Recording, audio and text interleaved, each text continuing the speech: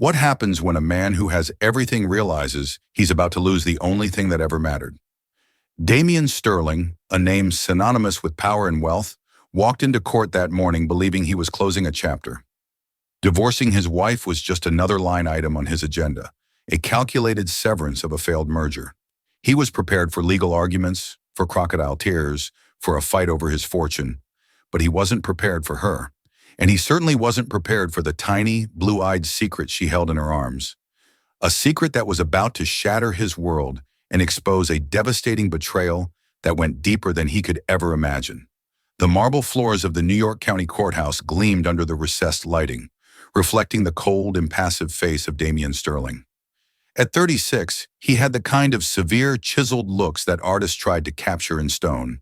Sharp jaw, intense gray eyes, and a mouth that rarely curved into a smile. His suit, a bespoke creation by Tom Ford, was the color of charcoal and probably cost more than the average car. It was armor and he wore it well. To him, this day was an unfortunate necessity, like a hostile takeover that had become messy. His marriage to Isabella Rossi had been, in his estimation, a mistake, a brief, passionate lapse in judgment. He'd been captivated by her fire, her work as an art restorer who saw beauty in broken things, a stark contrast to the polished, pedigreed women of his circle. But passion, he'd learned, was a volatile asset. It didn't hold up on a balance sheet. His lawyer, Arthur Harrington, a man whose face seemed permanently etched with the concerns of the 1%, stood beside him, murmuring final instructions. It should be straightforward, Damian. The prenuptial agreement is ironclad. She gets the settlement we agreed upon, and we all walk away clean. Clean, Damian repeated, the word tasting like ash in his mouth. There was nothing clean about this. He glanced across the grand hall, and then he saw her, Isabella. She wasn't the vibrant woman he had married.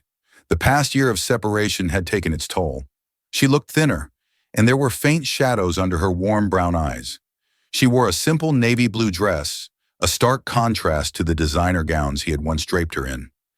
Yet there was a new steel in her spine, a quiet resilience that hadn't been there before. Her lawyer, a sharp-looking woman named Sarah Jenkins, stood protectively by her side. For a disorienting second, Damian felt a pang of something he refused to name. He crushed it instantly. This was business. He had been betrayed. His mother, Catherine Sterling, had made sure he saw the truth. Isabella's lavish spending, her unsuitable friends, the whispers of her intentions. He had believed it all because it fit the narrative he understood. Everyone wanted a piece of the Sterling empire. All rise, the bailiff's voice echoed, and they filed into the courtroom. The air was thick with the scent of old wood and stale justice. Damian took his seat at the plaintiff's table, his posture rigid. He refused to look at her again.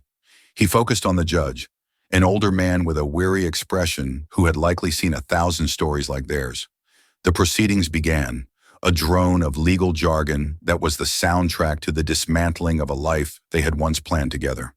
When the matter of Sterling versus Rossi Sterling, petition for dissolution of marriage, Damian's mind drifted, calculating the cost of the settlement against his quarterly earnings.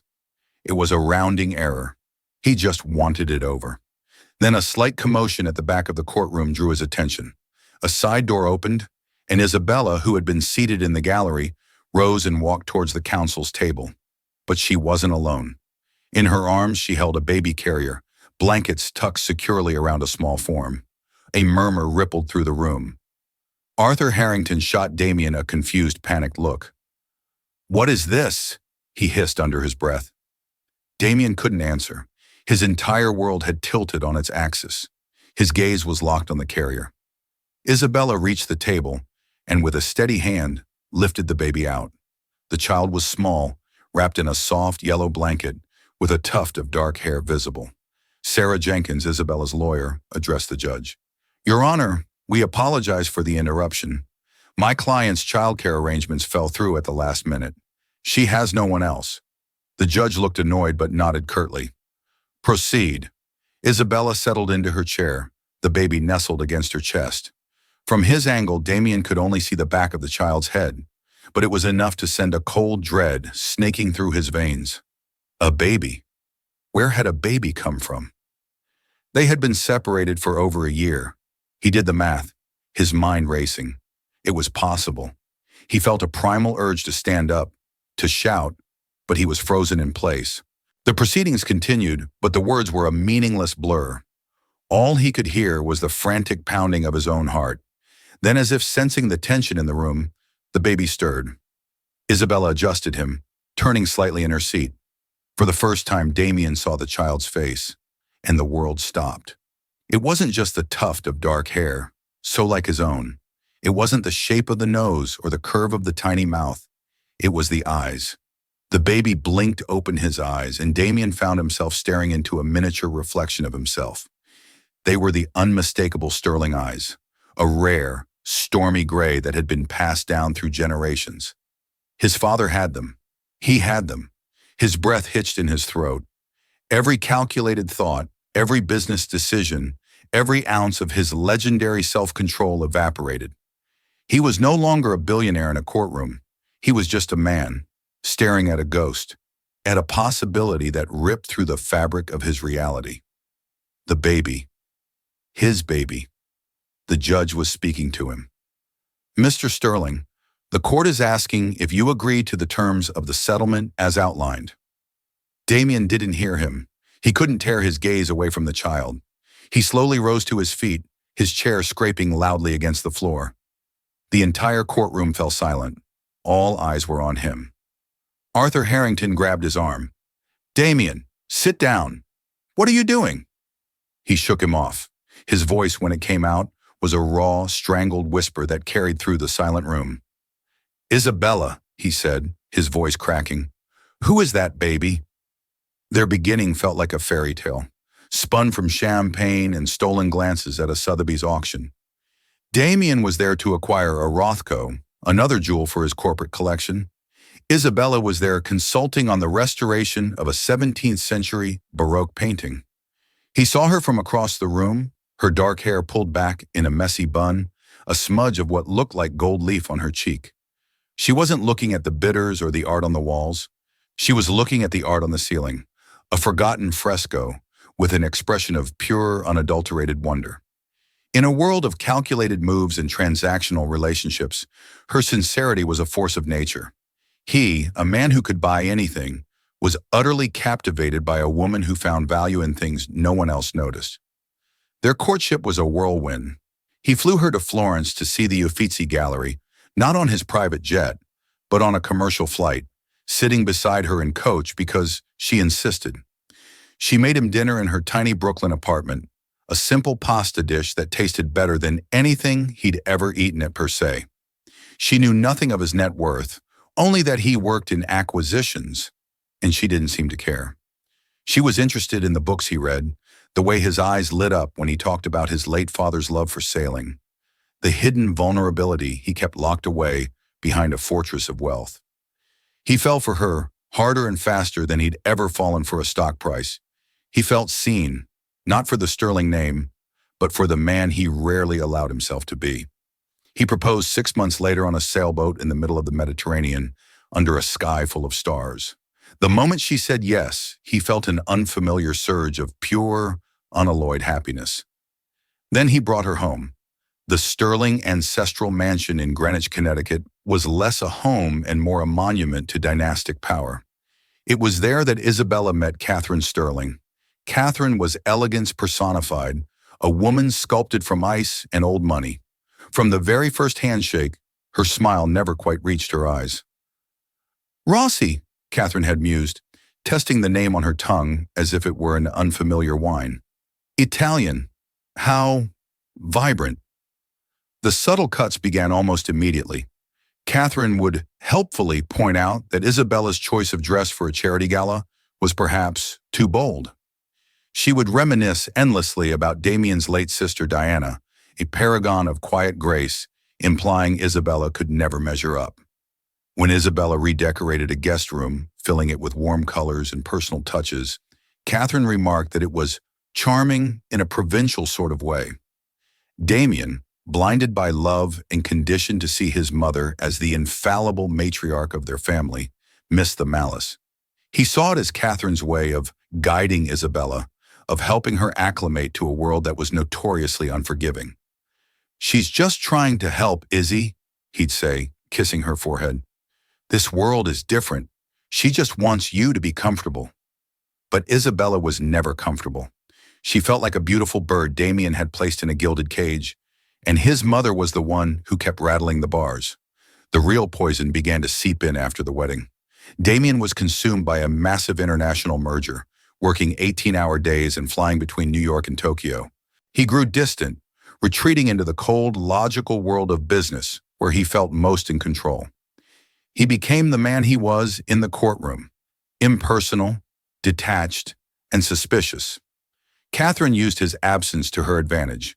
She began planting seeds of doubt in his mind during their brief phone calls. "I do worry about Isabella, dear," she'd say with a sigh. "She seems a bit lost." The Platinum Card saw quite a bit of activity at Bergdorf's today. "Of course, she deserves to treat herself, but I just hope she understands the value of things." It was a lie. Isabella had bought a simple gift for her own mother, but Catherine framed it as a profligate shopping spree. Another time it was, a friend of hers called the house today, a man, an old artist friend from her Brooklyn days. They spoke for quite some time. It's wonderful she's keeping her own connections, of course. The friend was a married elderly mentor, but in Catherine's telling, it became a clandestine call from a former lover. Damien, stressed and exhausted, started to believe it. Isabella, his vibrant, genuine Isabella, was becoming a caricature in his mind, the gold digger his mother had subtly warned him about all along. His own insecurities, the deep-seated fear that people only wanted him for his money, were a fertile ground for Catherine's poison. The final explosive argument happened on a cold November night. He just returned from a week-long trip to find a bill from a renowned fertility clinic on his desk. He and Isabella had talked about starting a family, a conversation that now felt like it belonged to two different people. He had been hesitant, haunted by the loss of his sister years ago, a tragedy that had fractured his family. But Isabella had been hopeful. Catherine had found the bill first. By the time Damien saw it, his mother had already framed the narrative. "She's trying to trap you, Damien," she'd said, her voice dripping with faux concern. "An heir is the ultimate insurance policy." That night, he confronted Isabella. He didn't ask, he accused. "How much is enough, Isabella?" he sneered, tossing the bill onto the polished mahogany table between them. "First the clothes, the jewelry, and now this? You think a baby's going to secure your future in this family?" Isabella stared at him, her face pale with shock. "Damien, what are you talking about? We discussed this. I thought it was what we both wanted. I wanted a wife, not a business partner looking for her next payout." The words were cruel, fueled by months of his mother's insidious whispers. Her eyes filled with tears, but her voice was steady, laced with a pain that was deeper than anger. "I never, ever cared about your money. I fell in love with a man on a sailboat who looked at the stars, not his stock portfolio. I don't even know who you are anymore." "And I don't know you," he shot back, his voice cold and final. "Maybe I never did." The silence that followed was cavernous. In that moment, something beautiful between them shattered irrevocably. "I want you to leave," he said, the words feeling like stones in his mouth. She didn't fight. She didn't scream. She just looked at him, a profound sadness in her eyes, as if she was seeing him clearly for the very first time. She nodded once, turned, and walked out of the room. The next morning she was gone. She took nothing but the clothes she had arrived with and a small box of personal mementos. He told himself it was for the best. He told himself it was a clean break. He had no idea that she had left with something else entirely, a tiny secret piece of him, a new life just beginning to grow. The silence of her small, one-bedroom apartment in Queens was a stark contrast to the echoing emptiness of the Greenwich mansion. In the beginning, the quiet was a physical weight, pressing down on Isabella. The grief of her failed marriage was a raw, open wound. Some days she could barely summon the energy to get out of bed. She would sit by the window watching the bustling, anonymous life of the city unfold below, feeling utterly alone. She had walked away from Damien's world with her dignity intact, but little else. The generous settlement offer his lawyers had sent was still sitting, unsigned, on her kitchen counter. She refused to touch it. Taking his money felt like an admission that he had been right about her, and she would rather starve. She found a part-time job at a small, independent art gallery in Soho, run by a kind older woman named Evelyn. It was a return to the world she loved, a world of texture and color and history. The smell of oil paint and old canvas was a balm to her soul. She poured her energy into her work, meticulously restoring a collection of damaged portraits, finding solace in mending what was broken. It was during a long, grueling afternoon of mixing pigments that the first wave of nausea hit her. She dismissed it as stress or a stomach bug. But when it persisted for over a week, a terrifying, exhilarating possibility began to dawn on her. Her hands trembled as she looked at the small plastic stick on her bathroom sink. 2 pink lines. Pregnant. Her first reaction wasn't joy, but a tidal wave of panic. She sank to the floor, her hand flying to her still flat stomach. A baby. Damien's baby. A child conceived in the last hopeful days of their marriage, before the final, ugly accusations had torn everything apart. Her immediate instinct was to call him. Despite the pain, he was the father. He had a right to know. She picked up her phone, his number still at the top of her recent calls list, a painful reminder of how quickly everything had changed. But then she hesitated. What would he say? She could hear his voice in her head, cold and laced with suspicion. A baby? How convenient, Isabella. Is this your final play for the sterling fortune? He wouldn't see a child. He would see a chess piece, a leverage point. And worse, what about his mother? Catherine would swoop in, casting her long shadow over this child's life, either trying to buy Isabella off or using her army of lawyers to take the baby away, convinced she was rescuing a sterling heir from his unsuitable mother. The thought terrified her more than anything. This child was not a pawn. This child was hers, a tiny, innocent life that deserved to be surrounded by love, not suspicion and legal battles. That night she made a decision. It was the hardest decision of her life, born of both love and fear. She would do this alone. She would protect her child from the toxicity of the sterling name. She never signed the settlement papers. Instead, she took on extra restoration projects, working late into the night until her back ached and her vision blurred. She sold the few pieces of jewelry Damien had given her that held no sentimental value, using the money to pay for prenatal vitamins and doctor's visits.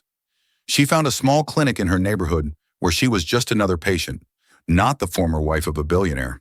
Her friend and boss, Evelyn, was her rock.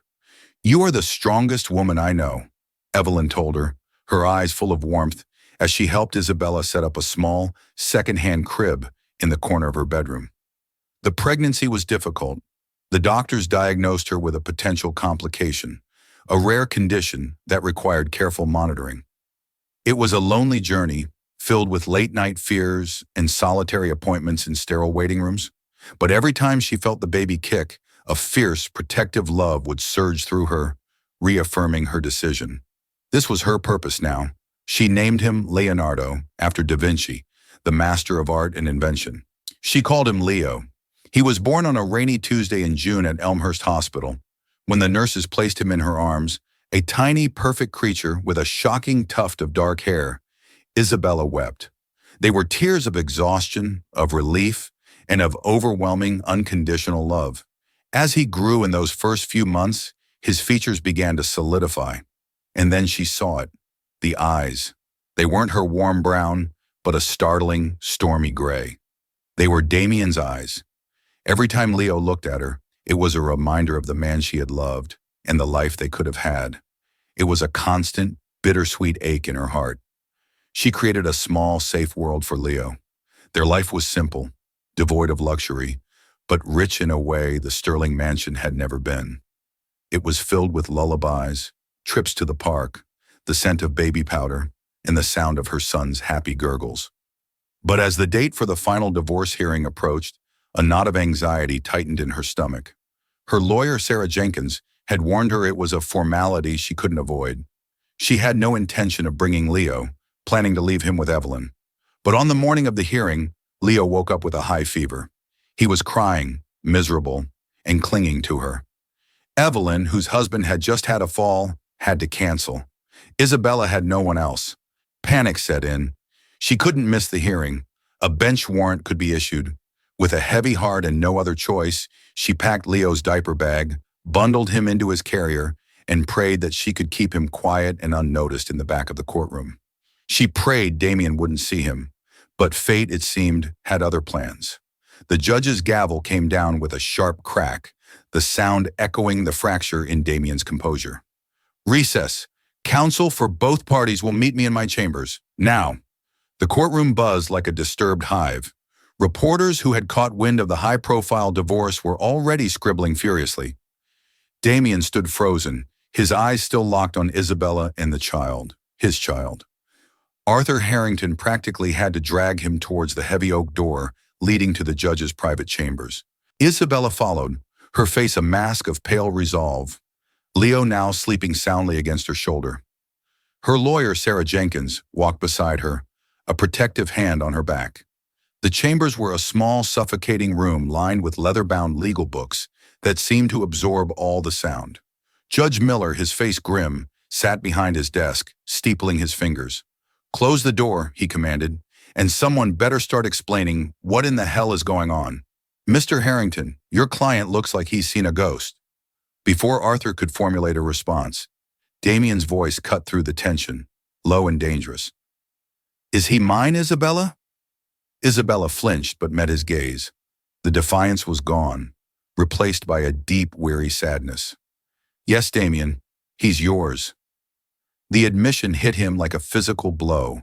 A son. He had a son.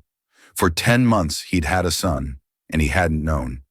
A storm of emotions, rage, betrayal, and a profound, aching loss warred within him. "Why?" he demanded, taking a step toward her. "Why wouldn't you tell me? Was this your trump card? Were you going to wait until the last minute to spring him on me for a bigger settlement?" The cruel words were out of his mouth before he could stop them, a reflexive return to the ugly suspicions that had ended their marriage. Isabella recoiled as if he had slapped her. Tears welled in her eyes, but she refused to let them fall. It was her lawyer who answered, her voice cold as ice. "She didn't tell you, Mr. Sterling," Sarah Jenkins said, stepping forward slightly, "because you and your mother made it perfectly clear that any child she had would be seen as nothing more than a commodity. A negotiating tactic, I believe, was the phrase you used."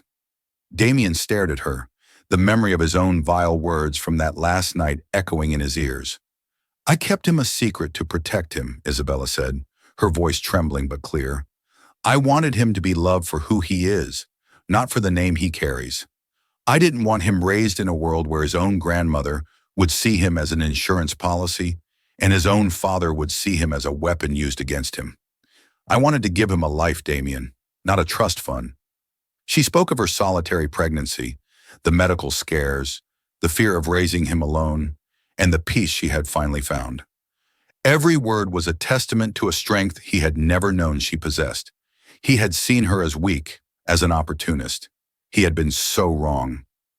"That's a very touching story," Arthur Harrington interjected, ever the pragmatist. "But it doesn't change the fact that my client was denied his right to know his own child." "Oh, I think you'll find he was more than just denied that right," Sarah Jenkins said, a sharp glint in her eye. She opened her briefcase and pulled out a slim file folder, placing it on the judge's desk. "Your Honor, we have evidence that there was a concerted, deliberate effort to conceal the existence of this child from Mr. Sterling, just not by my client." She slid a series of printed documents across the polished wood. Damien leaned forward. They were emails. The first was from a generic Gmail account to Isabella, dated a month after their separation. "I know about your condition," it read. "A generous offer will be made to you if you agree to handle this discreetly and disappear. Do not contact Damien. It will not end well for you." The next was a bank statement showing a wire transfer of $50,000 into Isabella's account, which was then immediately transferred back to the source account. "My client refused the money," Sarah explained. Then came the text messages, screen captured and printed. They were more direct, more threatening. "You think you're clever, but you're playing a game you can't win. Stay away from my son. Do you have any idea what our lawyers would do to a girl like you in court? They would paint you as an unfit, scheming tramp. You would never see that baby again." Damien's blood ran cold. He knew the tone. He knew the ruthless, clinical cruelty. "Who sent these?" he asked, his voice barely a whisper. Sarah Jenkins looked him directly in the eye. The emails were traced back to a disposable IP address, but the texts were sent from a burner phone that we have on record being purchased for cash by your mother's personal driver 2 days before the first message was sent. The room fell silent. Judge Miller looked from the papers to Damien, his expression unreadable. "It wasn't just threats," Sarah continued, her voice relentless. "We have a sworn affidavit from a nurse at the prenatal clinic my client attended. She states that a woman fitting the description of Catherine Sterling approached her and offered her a substantial amount of money for Isabella's medical records." A gasp escaped Isabella's lips. She hadn't known that part. Damien felt the floor drop out from under him. His mother. She had known. The whole time she had known Isabella was pregnant. She had not only hidden it from him, but had actively terrorized the woman carrying her grandchild. The web of lies she had spun about Isabella's spending, her supposed infidelity, wasn't just manipulation. It was a calculated campaign to sever him from his own child before he was even born. He looked at Isabella, truly looked at her, and saw not a schemer, but a victim. A woman who had been trying to shield her son from the monster he had failed to see in his own family. And he had helped. He had been the weapon his mother used against her. The rage he had felt just moments before curdled into a sickening wave of self-loathing. "Your Honor," Arthur Harrington began, his face pale, "these are shocking allegations. We would need time to verify." "They're true," Damien said, his voice flat and dead. He didn't need to verify anything. It all clicked into place.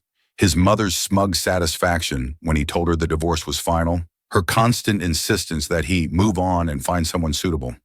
She wasn't just protecting her son, she was curating a dynasty, and Isabella and her baby had no part in her vision. He sank into a chair, the full weight of his mother's betrayal and his own catastrophic failure of judgment crashing down on him. He had lost his wife and nearly lost his son, all because he had trusted the wrong woman. Damien left the courthouse in a fog. He didn't speak to Arthur, didn't acknowledge the reporter shouting his name. He got into the back of his waiting Maybach and gave his driver a single clipped command. "Take me to my mother's house."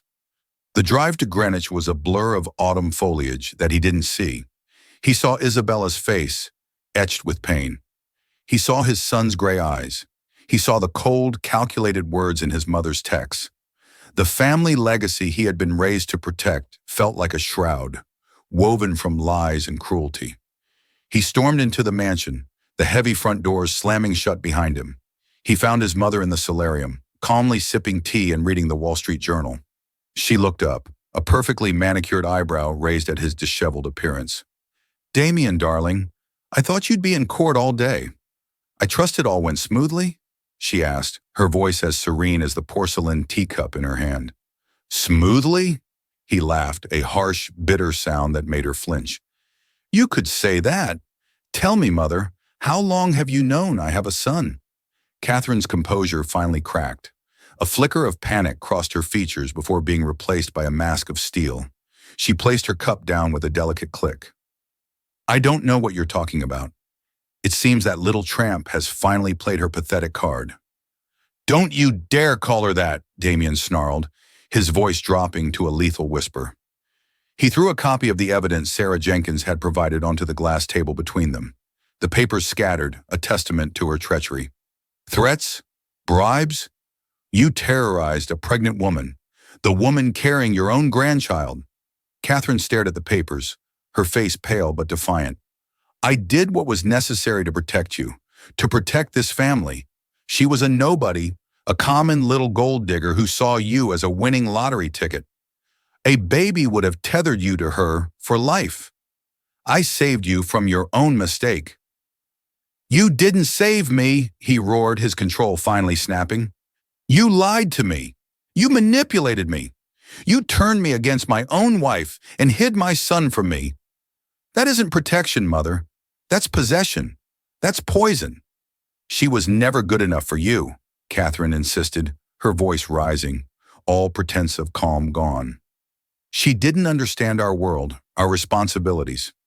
Diana would have understood. Diana, leave Diana out of this. Damien cut her off. The mention of his late sister, a knife in his gut. Diana is gone. And because of you, I almost lost the only family I have left.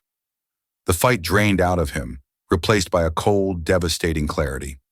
He looked at the woman who had raised him and saw a stranger, a person whose love was so twisted and conditional it had become a destructive force. Just then his phone buzzed. It was his longtime executive assistant and the closest thing he had to a friend, Ben Carter. Damien ignored it, but it buzzed again, insistently. He answered, turning away from his mother. Not now, Ben, he said curtly. Sir, you need to hear this. Ben's voice was urgent. It's about your mother. After you left for the courthouse, something felt wrong. I've been looking into some things. Mrs. Sterling hired a private investigator to follow Isabella after she left you. I managed to get the operative's reports from a contact. Damien's blood froze. What did they say? They confirm everything Isabella's lawyer said, Ben explained. She lived a quiet life, worked at a gallery, never saw anyone. But there's more. Something I think your mother deliberately hid from you. There was a pause. The PI followed Isabella to her doctor's appointments. She was seeing a specialist at Lenox Hill, a maternal fetal medicine expert. According to the investigator's notes, which include medical billing codes he saw in her paperwork, she was being treated for a high-risk pregnancy due to a factor V Leiden mutation. Damien staggered back, grabbing the edge of the table for support. Factor V Leiden, a rare genetic blood clotting disorder. The word struck him like a physical blow. His sister, Diana, had died from a pulmonary embolism at the age of 22.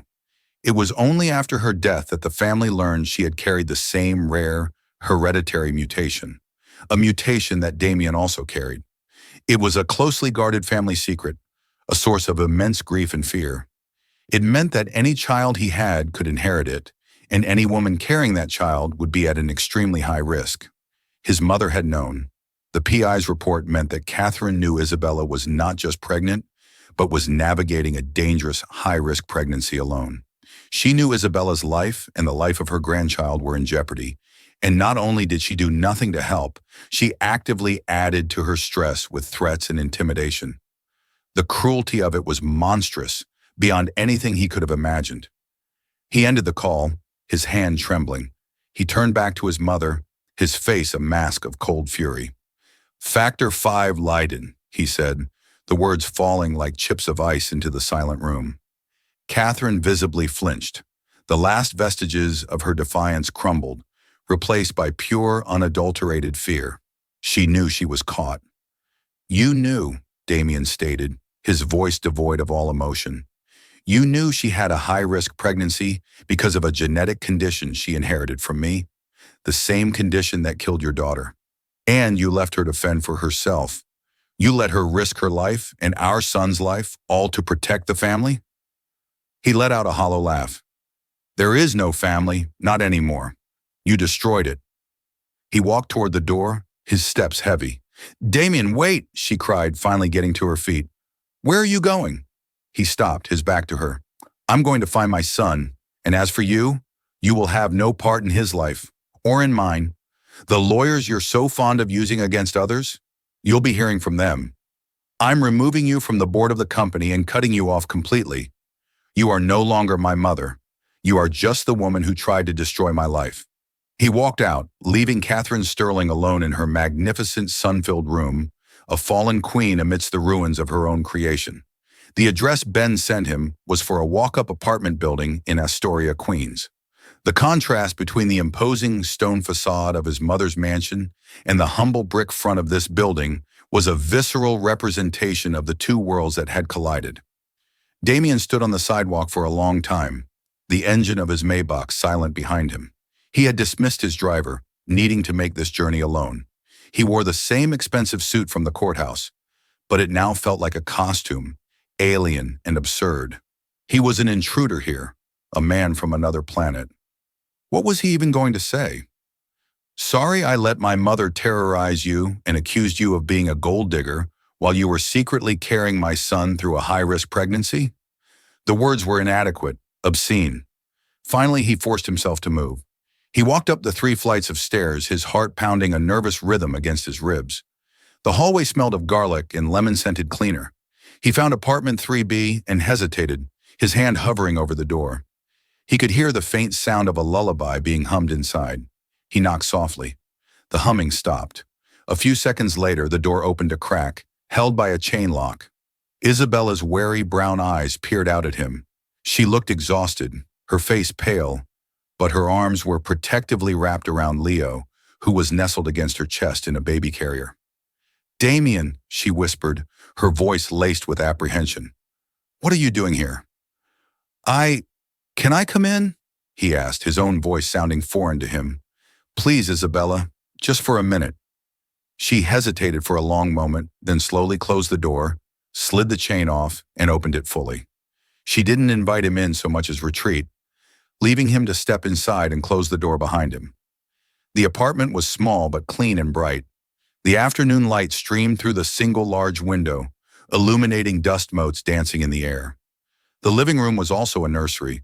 The second-hand crib he'd heard about was in the corner, a handmade mobile of felt stars and moons hanging above it.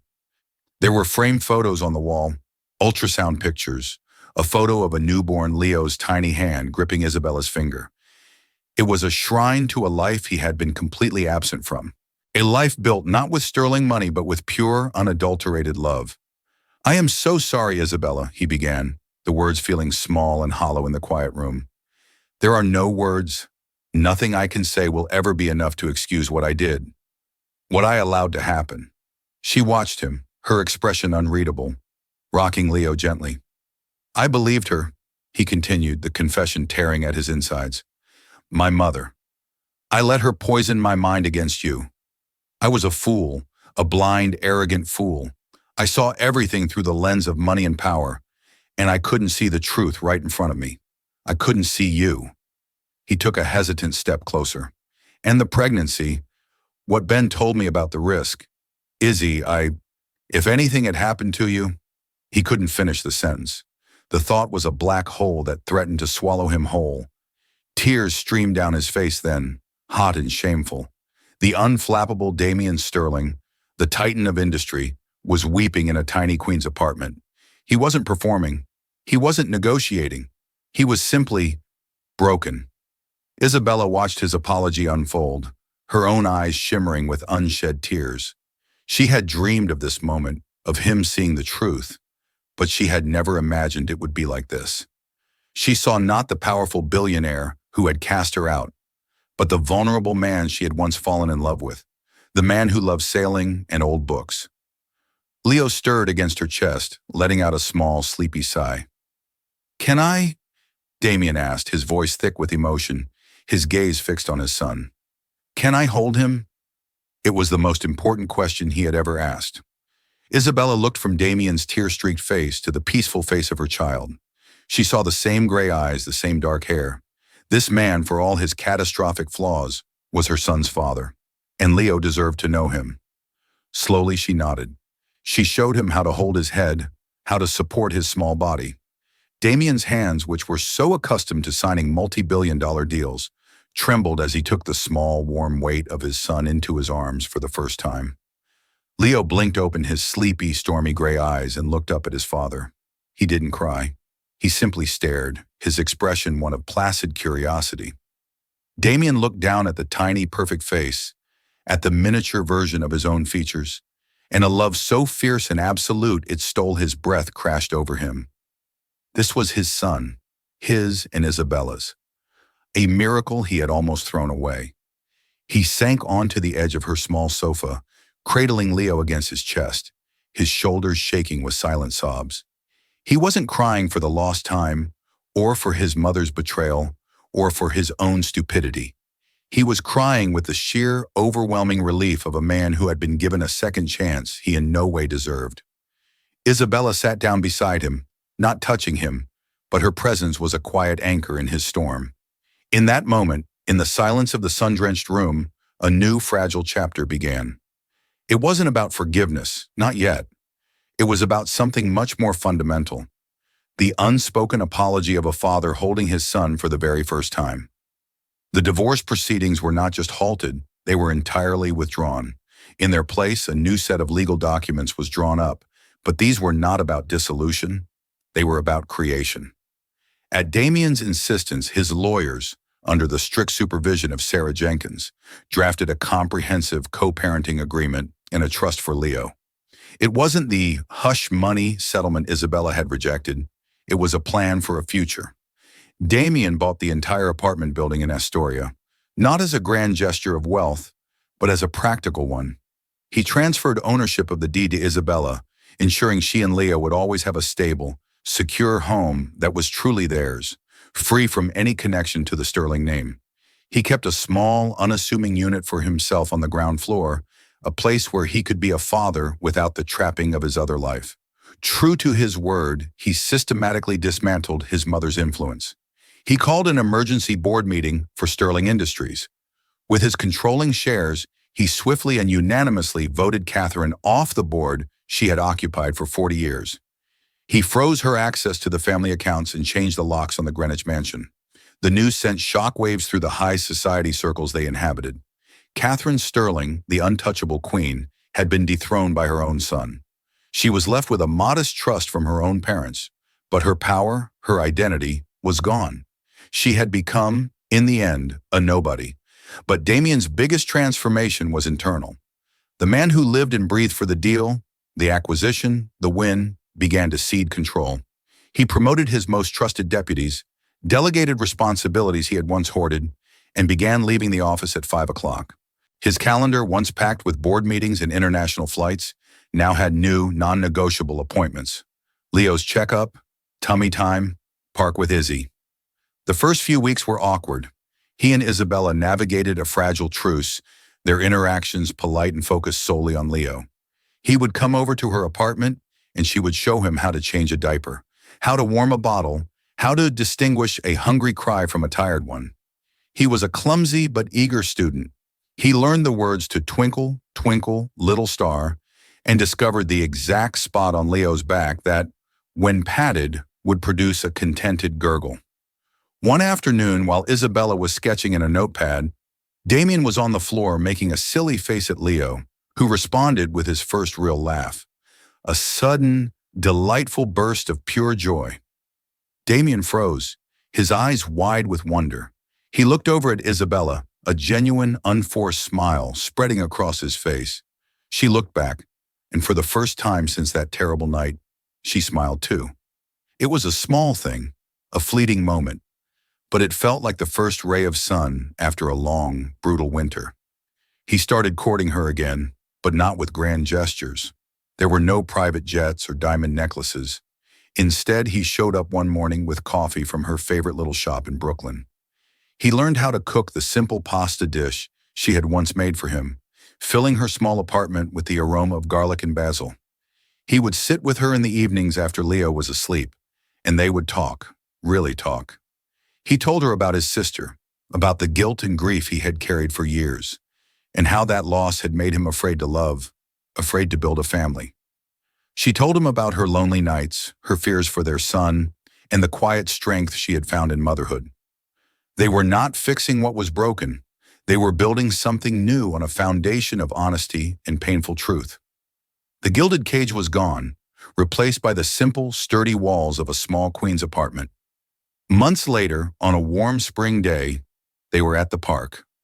Damien was pushing Leo on a baby swing, his deep laughter mingling with his son's happy squeals. Isabella sat on a nearby bench, watching them. The man before her was not the cold, suspicious billionaire she had left, nor the broken man who had shown up at her door. He was someone new, a father, a partner. He was the man she had first fallen in love with, tempered and changed by his mistakes. He caught her eye and beckoned her over. She walked to the swing set, and he wrapped a casual, comfortable arm around her shoulders, pulling her close. They stood there together, a family of 3, watching their son swing back and forth, his little legs kicking with delight. "He looks happy," Damien said quietly, his voice full of a contentment she had never heard before. Isabella leaned her head against his shoulder. "We all are," she replied. The past was not forgotten, but its wounds were finally starting to heal. The future was unwritten, but for the first time in a very long time, it looked bright. Thank you for joining us on this emotional journey of betrayal, loss, and the incredible power of a second chance. Damien and Isabella's story reminds us that true wealth isn't measured in stock portfolios or mansions, but in honesty, trust, and the unbreakable bond of family.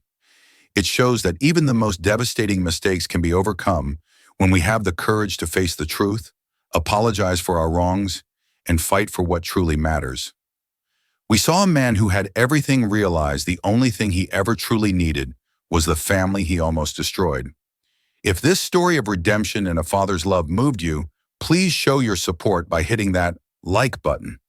What did you think of Damien's transformation? Let us know in the comments below.